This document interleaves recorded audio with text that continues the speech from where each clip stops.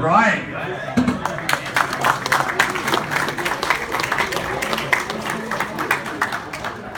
Everybody, happy Future Day.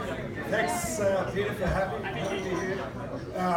As Peter mentioned earlier, I run the local augmented and virtual reality meetup, and just the most recent one, we held at AIT. We had about 330 people, so it's starting to get a bit more popular. Hands up here who has heard of augmented reality before? Most of you, fantastic. Who has actually tried on some augmented reality eyewear? Okay, the half, nice. And who's wearing normal glasses? We can kind of yeah, right, okay. So here's a massive drive towards getting everyone wearing eyewear, which I think will happen in the next 3 to 5 years. It's funny, actually, about 2000 or 2002, in pubs and restaurants and public places around Australia, it was banned to be able to take photos with your mobile phone. And then, of course, that took another 5 years, the introduction of iPhone, and it soon dissipated. So I see all the whole Google Glass hole thing that happened a year to 3 years ago. I see that fading from memory in about probably 3 to 5 years. And there's a few examples of eyewear that will bring us that. Of course, if you're in technology, you're aware of Gartner's hype cycle. So this was the positioning about 6 months ago, but augmented reality has kind of gone through this trough of disillusionment and joining virtual reality onto the slope of enlightenment. And so we're now got all the large tech companies spending billions of dollars into the eyewear. In fact, Magic Leap is even developing a new form of computing and developing photonics. So, but the thing is about augmented and virtual reality, they don't exist on their own. So we were talking about AI before and Internet of Things. So it will be, I guess, a very friendly growth in augmented and virtual reality. We'll be working a lot collaboratively with a lot of other technologies. So about 3 weeks ago, Goldman Sachs came out and said virtual reality will be larger than the TV market within 10 years. In fact, if you read through the report, they mentioned 7 years. Crickets, it's an interesting thing for a presentation. I get it. I don't have gifts. Nice job, by the way. So here we have some other findings, in fact, from an ex-Aussie, who's now leading the charge in analysing the AR and VR market. So by 2020, we're looking at a $120 billion market. It's probably about $5 billion now. In virtual reality, they suppose $30 billion. I think this is largely underestimated, though. And the whole thing is, I guess, the definition. Who is absolutely sure they know what augmented and virtual reality are, by definition? Yeah, so it's kind of cloudy. So whatever word you throw in front of reality, you can kind of mix it up. So I guess when we put on Google Glass, in a way that's augmenting your reality, but actually it's not truly augmented reality to the geeks. So virtual reality is when we completely immerse ourselves with computer-generated imagery, which might be like something that looks like a game, or it might even be a 360 video, a sort of loose version of virtual reality. And augmented reality is when we're looking at something or someone and we have just enough information, or enough information to make sense of the real world in a new way, but still be able to take in information from the real world. And when I give those definitions, I'm kind of giving it a visual bias, and that's kind of wrong as well. So all the semantics around this industry are a bit confusing. Of course, as we will evolve in the next 3 to 5 years, we'll start learning augmented and virtual reality is not just your vision, it's your hearing, of course, and it's all the other senses. So I like to use this little video as a way to demonstrate going from augmented reality and having a handover to a virtual reality type experiences. So there we go. So I commissioned this video in around like early 2011. So before Oculus came out, and we don't need audio, it's cool. And so the idea is this guy's done a series of videos on spatial design, and gestural interfaces. And the idea is here, you're having like a voyeuristic view of a football game. And this is an augmented reality type of an experience. But if you really want to get involved in the game, stretch it out, bring it into a virtual sense. Position yourself on the field for where the play matters. So there are various technologies which I'll talk about later which support this kind of an experience. And just as it is with sport, it could be with theatre, it could be with politics, it could be with, I guess, analysing current stock markets and so on. And by the by, the graphics on this, obviously this was a mock-up video borrowing on graphics from EA Sports, but you'll see in a moment how we can build this into a photoreal, hyper-real experience. And soon enough, actually delivering it live as well. So it's kind of symbolic that the screen is black now. This is, as you might be able to read faintly, is a company called Magic Leap, which Google and Weta, Legendary Entertainment, and some Chinese input as well, have invested billions of dollars into this company, who have not presented to the public what their product is. But we've got a fair hunch that it is, I guess, potentially a spin-off from military head-up eyewear. So about a few months ago, they released this little piece of vision suggesting this was shot directly through their eyewear. And the thing to note here is not only the clever doober here, which would be interesting with that psychedelic stuff you're talking about, but when you notice how it actually tucked itself around behind the leg of the chair, excuse me, the leg of the chair. And that is a major thing in augmented reality because it is understanding the real world. That means the camera and the software behind it is making intelligent decisions within fractions of a millisecond. So then the brain believes what is digital and what is real are seamless. So it's so important, and it's not just the occlusions of digital in relation to the real world, the scale, but it is also the lighting.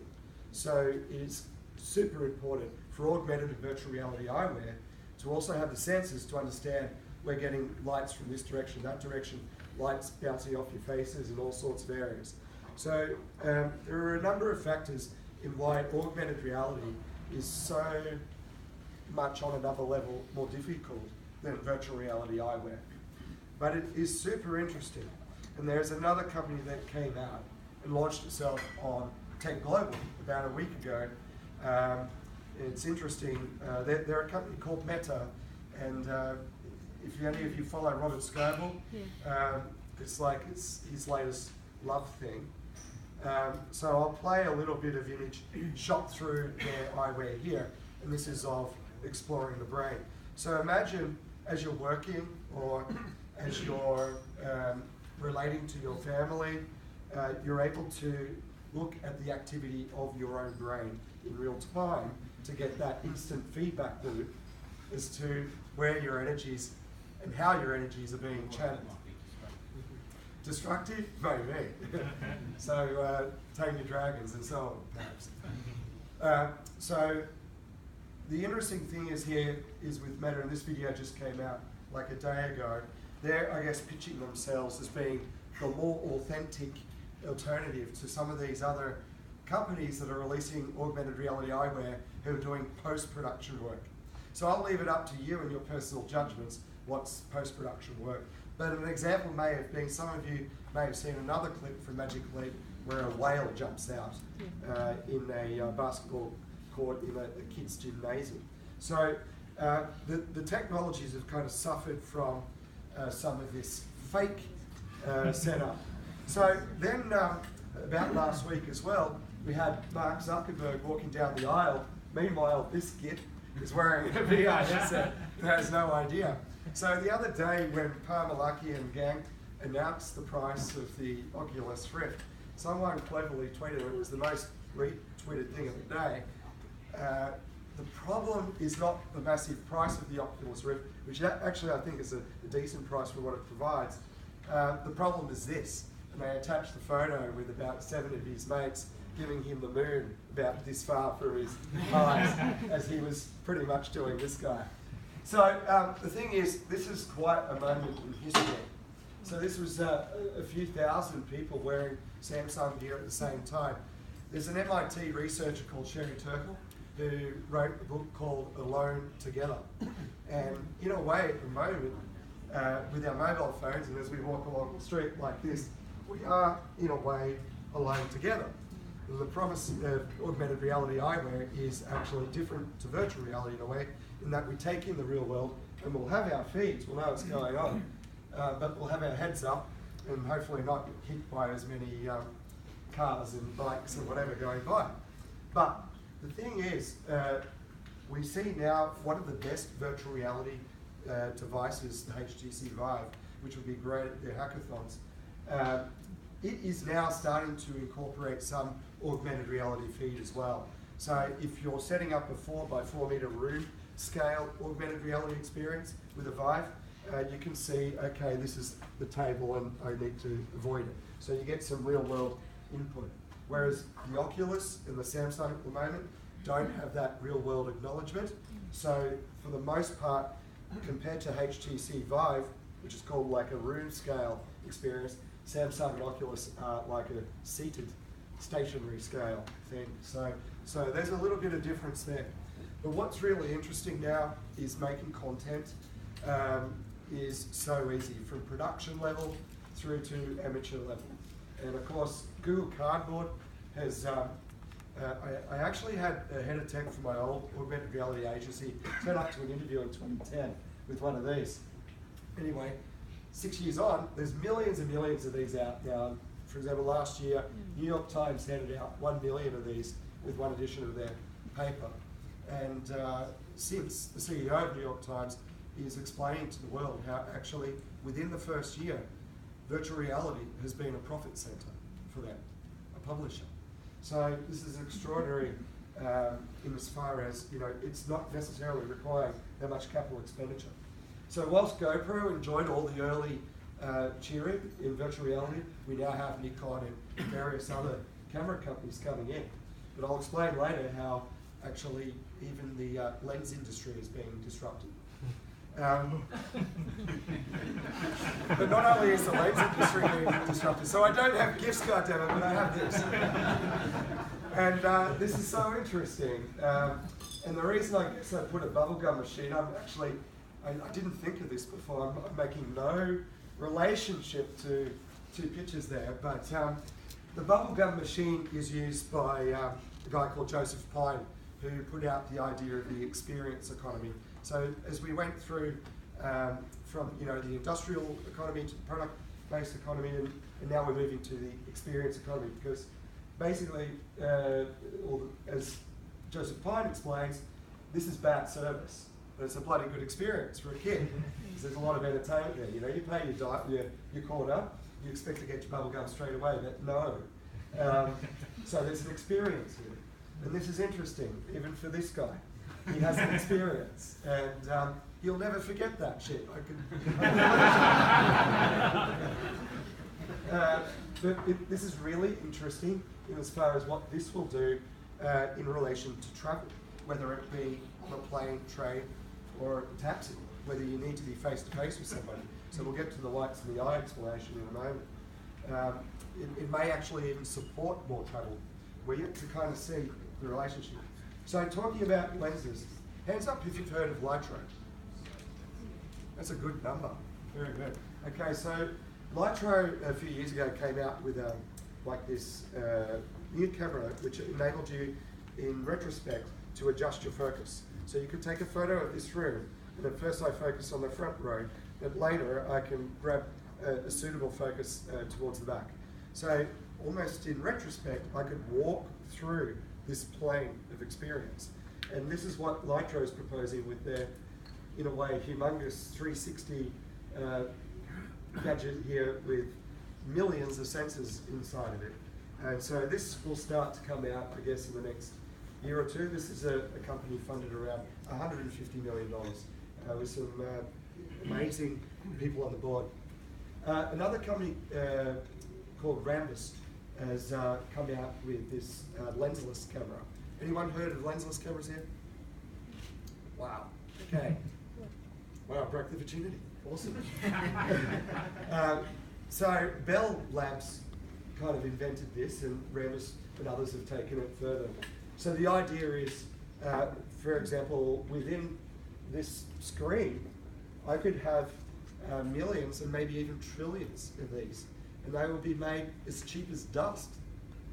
So they won't be the high resolutions of the cameras we expect in our smartphones now, but they will give us a sense of environment. In fact, through walking through this room, if we wanted a room scale virtual reality experience from having millions or billions of these sensors on here and shaping out and diffracting and then in software putting it back together, I could have a virtual reality experience or an augmented reality experience where I could actually, 1 for 1, 1 meter for 1 meter, I could walk through this room.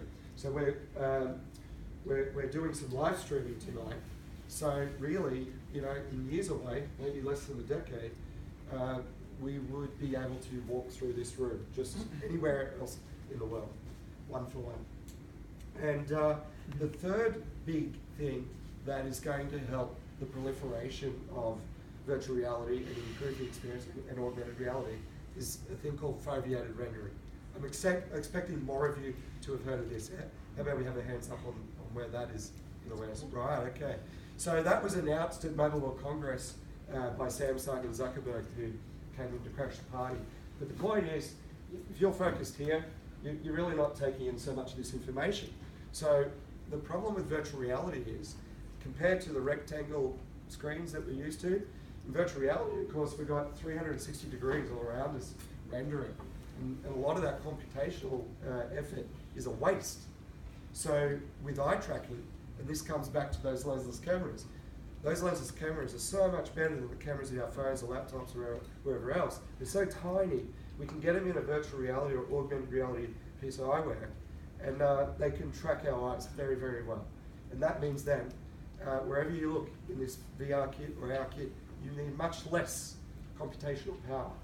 So you might have read in the last week or two, or month, as people talked about Oculus and Vive and so on, oh yeah, this is awesome stuff, but there's only 1% of computers in the world that can host it. So with the three things, like I've just told you now, forget it. This is overcome and will change our worlds. So this is kind of some illustration on how you would understand the scene. So of course, it's really our immediate 5 to 10 degrees we're focused on. There's a bit more just for some peripheral information, and we go to here for security, of course, and perceiving of any threats. So this relates to how our amygdala, our old brain, our dinosaur brain works. So, or our reptile brain, I should say. So in augmented virtual reality, it was obviously a lot of excitement in the 90s, went to sleep, and then over the last 4 or 5 years, some idiots like me got into it early and thought there's an opportunity here, a 5-year bet to be made. So I made that bet in 2010, and lucky me, 2015, they started stacking up. So I expect a lot more investment to be made in this area, especially with not only the tech Silicon Valley VCs getting into it, but also the high end of Wall Street. So the communities and the marketplaces and the ecosystems are filling out in virtual and augmented reality. But why it hasn't grown so much before? It's been too hard to make, too costly. But now, as we have these easier ways to deliver it, it'll engage and it will help us, in a way, travel the world. And you'll be able to shit on top of the Himalayas, all of you. Okay, so at the moment, as we travel, planes, trains, automobiles, it brings us together, but it's expensive and hard. And then we had Cisco and Skype try to overcome that. So this is a multi-trillion-dollar industry. Skype and Cisco telepresence is about a $3 billion industry. But with augmented and virtual reality, it'll be the true shortcut of this kind of meeting face-to-face. And what matters when we meet face-to-face? It's the whites in the eyes and the handshakes, most of all. Other people like to get a bit more on Tinder, that piece of meat flicking around. But the thing is, the whites in the eye, when we're connected with the whites in the eye, and I'll try and look all of you in the whites of the eye right now, but that affects trust, loyalty, persuasion, bonding. And if I was to look just 2 to 3 degrees away from you, those neurotransmitters related to trust, loyalty, persuasion, and bonding would stop firing.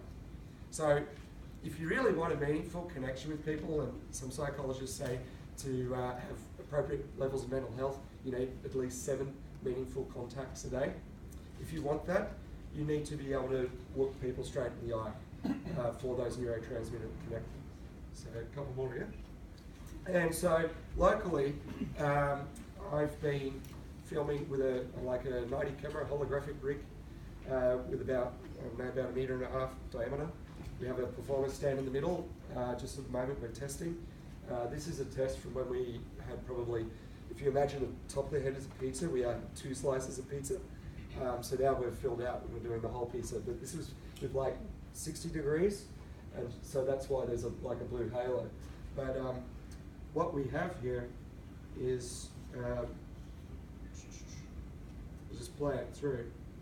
We've captured a person and then we've put them in a complete other environment.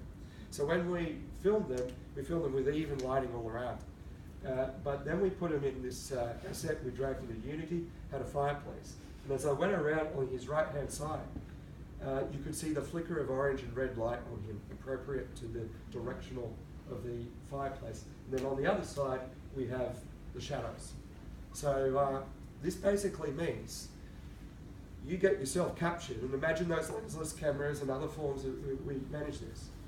And then you can then perform in your friends or families, other locations, anywhere in the world, no matter the lighting conditions, and we can fix it in real time. And we can do that today. That's a startup in Sydney. And that's it for me.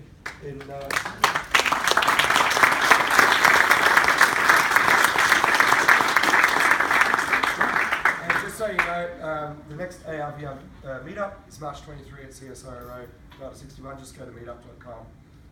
I'm Scott O'Brien, 61. Thank you. All right, no round of applause. I always save the questions till the end. It's running short on time, but looks like Peter Simpson-Young's here. I'll see if I can.